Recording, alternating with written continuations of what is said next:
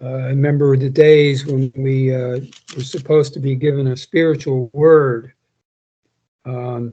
which I will say all through that time period, which maybe is 20 years, I never heard or got some kind of a secret word given to me. So that part there was the beginning of estrangement, and the strange, you know, when we start to realize that something isn't fully real, presented, or concentrated, that we can actually function with it fully. And so we have these, you know, these, what do you call, whatever we call these things of being out of sorts with the truth that, or the realities that are supposedly being shared. We're not having the experiences, or the others who say they know all about it are not having experiences, and or etc.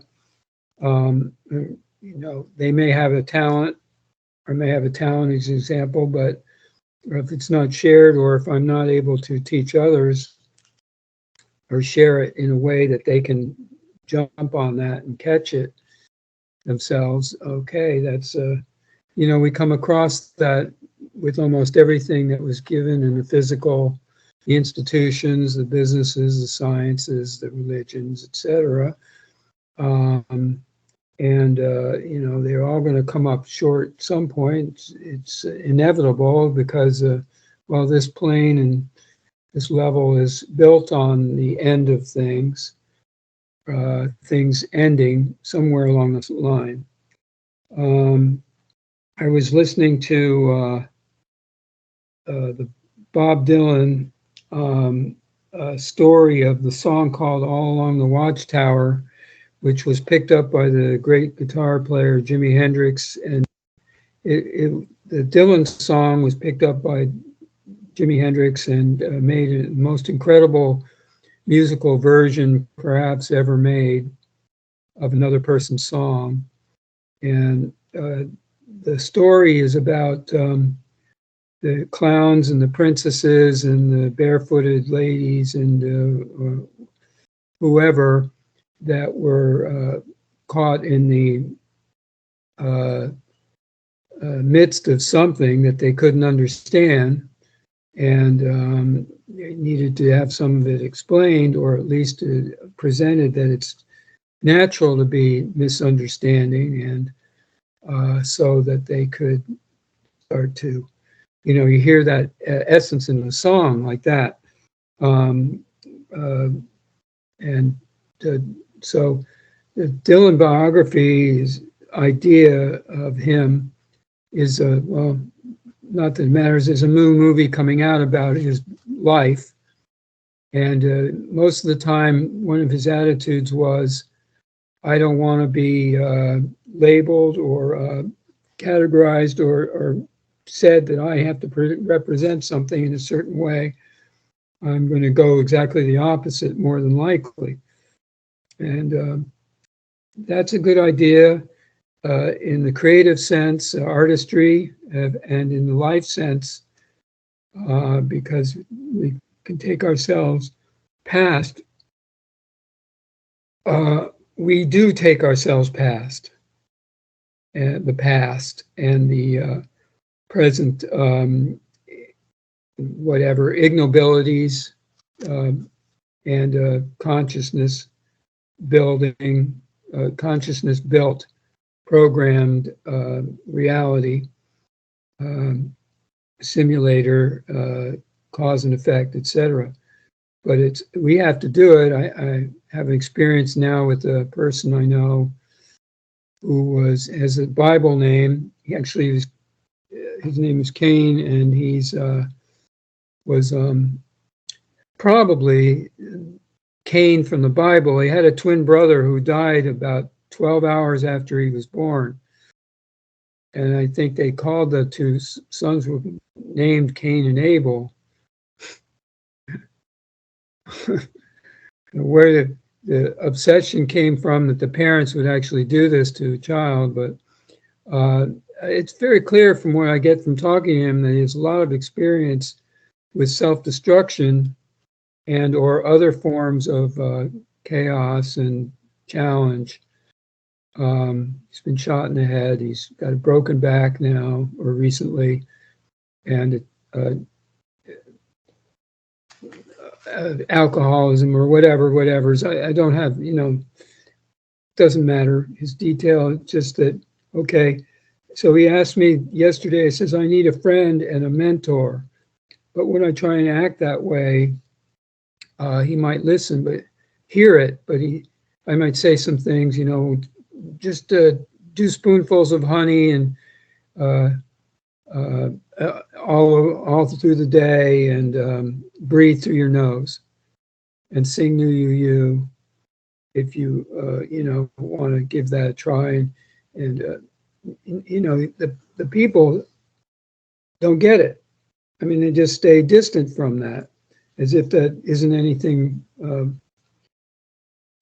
mean, they do, but they don't really get that it's something that they're actually telling themselves about and returning themselves to this whole thinking, we'll call it, or I'll call it. So I connected this because I've been thinking about, like now I was thinking about playing a guitar behind my talk as a kind of a demonstration of just a fun way to do it. And maybe I'll be able to do that. And the guitar wouldn't be distracting, I don't know. But it's a creative method. So, but I wrote down these thoughts without the guitar. That, as an example, with Bob Dylan, he's told stories in most of his songs. Famous one is about a hurricane, the song called Hurricane, about the boxer who was falsely imprisoned for, say, 20 years and eventually released. We could say that in some ways, almost everyone is really falsely imprisoned. And in a sense, you could even say that about, let's say, murderers and gross thieves, because that doesn't solve it. And that is, we imprison the murderer so he doesn't kill anyone else. And some of the people will go out and do it again. There are many others who won't. But this is how they consider it in the laws. And the same thing goes with, we want to describe about principles, legal or otherwise, spiritual principles, where you must keep the law of silence, or always tell the truth, or any other principle that is not really enforceable. It's not really keepable, because we can't really tell the absolute truth anyway in words. So all of these ideas, which are enforced strictly, very, very, very often, to the detriment of almost everyone, or at least, let's say it is for everyone, against everyone, because we're falsely imprisoned on the planet. And so all along the Watchtower is showing this, demonstrating in a story of words. And I wrote, okay, these people who do this kind of, let's say this music person, music artist, Bob Dylan, actually helped to keep the people that listen to his music in the trap. He was able to do this poetic, or sometimes romantic, and sometimes political statements of truth, etc., in a way that was respected and honored, etc., a great deal. but in some way it was used or is being used, and same thing with all of, let's say, the arts, the politics, the educations, all of it, same thing. And creating, or I'm thinking of, let's say, if I was writing a letter to Mr. Dillon, I'd say, well, how have you helped others stay in common ignorance or death? And let's say, thinking that there's some kind of honorable death or not, you know. And in other words, evoking religious principles of life and death and heaven and hell and good and bad, etc. So again, it's you know, it's a two-edged sword there. We're walking on the razor's edge, as we used to say, or the Echist had some of that, and there was a movie, A Razor's Edge, about that. So coming full circle to the people who have passed away, and I had a number of experiences with some of the famous people live or gone now, dreams after they had passed. Jimi Hendrix was one. I remember John Lennon was playing guitar on stage, an acoustic guitar, in a dream, and so forth and so on with this. And also, I think some of those people who left, like Tom Petty and Jerry Garcia, famous players and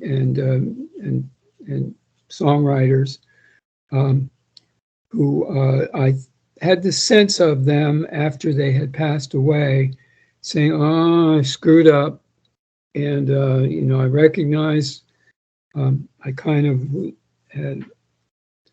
I mean, I see things, you know, after I passed on, and I made a video about Tom Petty that had something like, what does he want to say back to us? Yeah, because you know, they recognize, but they're not all guilty, and I'm not saying they feel all this terrible guilt. So, but they do sense that there's a sense of that form of liability, if you want to call it that. It's not really exactly the right word, because I don't want to say that any of the words I'm saying are exactly right. And I'm not coming out with this, you know, that righteous tone, or you know, highly respectful voice, like RESPECT, all these things you mean to me. Aretha Franklin, another one who passed on, and for sure helped support the old gospel routine. And so those people pass on, and they go, they didn't find the freedom, but they can't come back here, or that's a misnomer. I'm going to back up to that, because actually they do find the freedom. They go to the real side, and they're there because we have the real freedom here too.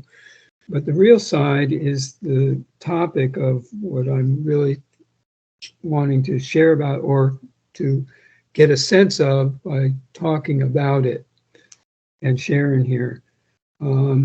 Okay, so I wrote these others. What did they do to keep others in the common ignorance or on death when they all go to the real side? And many of them, well, they don't want to come back, or they like where they are. And I was thinking about the real side in the sense that it's somewhat, let's say, a place that has no violence, basically speaking, in that things cannot be taken away from us. And so it's the vulnerability we have here, where everything can be taken away, including our memory.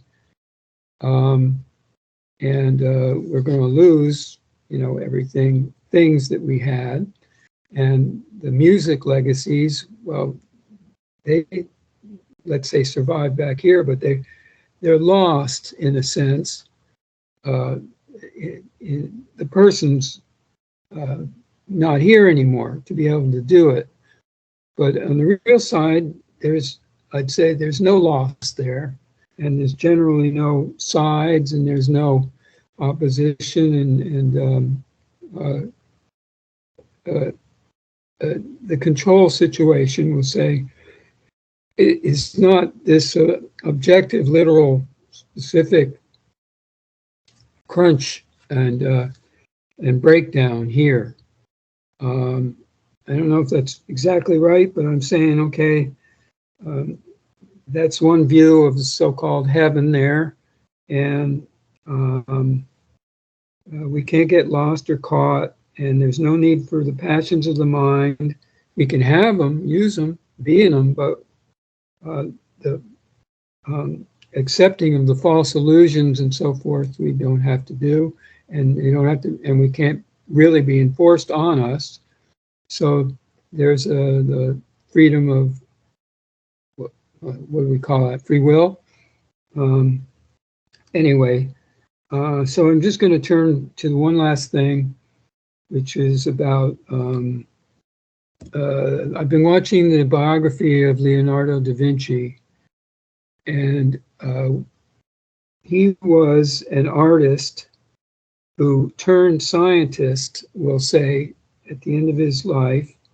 He was much more scientific in his descriptions and his artistry and his images, which were details of anatomy, machinery, celestial, and so forth. Absolutely, fantastic artwork. And he also was demonstrating with these models. He said they were like maps that people could follow to see what was real in experience. And I relate to this very strongly or clearly because I've been writing in my notebooks for a long time and made many notebooks with notes of, in my sense, with the celestial universal Solaris astrologies, numbers, and also coordinations of things, somewhat trying to map out the universal creation, basically, and or using those images and ideas to help myself or get a totality within my consciousness, let's say by working with various, when someone does a piece of art or makes I'm looking at an organizer which has 5 or 6 different kinds of artwork on the cover. And so that got compiled and put together, and it's just a notebook thing. And okay, that's a presentation of a whole view with parts. And then we see, oh, that's what it is. It's an organizer book. And so with that, I really recognized that we've gone through eras where there was individuals who have presented a certain form of an organizer. I'd say Jesus would be fair to say, as a big example, or whatever happened to him that was put into a stories book. And yeah, okay.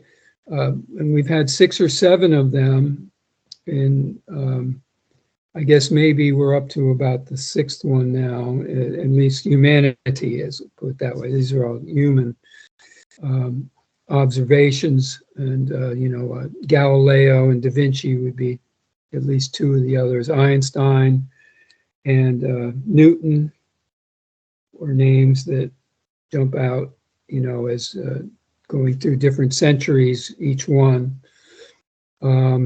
etc. It doesn't matter. I guess Charlemagne maybe was the one that presented a certain governmental thing based on the religious background, which is how they modeled that so it could continue and or be recognized. But okay, what's the real point is getting up to a place where we're not presenting a book organizer that's going to be, okay, this is what you all have to recognize. So it's not that. What we're actually is, okay, putting ourselves to the position of the real side and allowing ourselves to have that full freedom or free will and in the freedom terms, you know, but also access to everything, if and so that would be our wish, or just being with the all is. Oh, it's a really good. I've got this. That's how I've been trying to do. Is I get this, trying to get how to recognize the all is, and each of these things are beings and people and sounds and you know, consciousness tools. Yes, they are all, you know, administrative activities that we can you know, use and you know, we get them as, but they're all for the same thing. Recognizing the all is. So I think I've covered what I was going to say or sharing. Our new goal to get to the real side or be in the real, true reality life is, and recognize, intend, and be in real awareness, real aware. It would be a new book, Organizer. And I'm going to say thank you, DUANE, seriously and humorously, if I can too, lightly. That's new you vehicle, or the new you. So yeah, I think that's it, Val.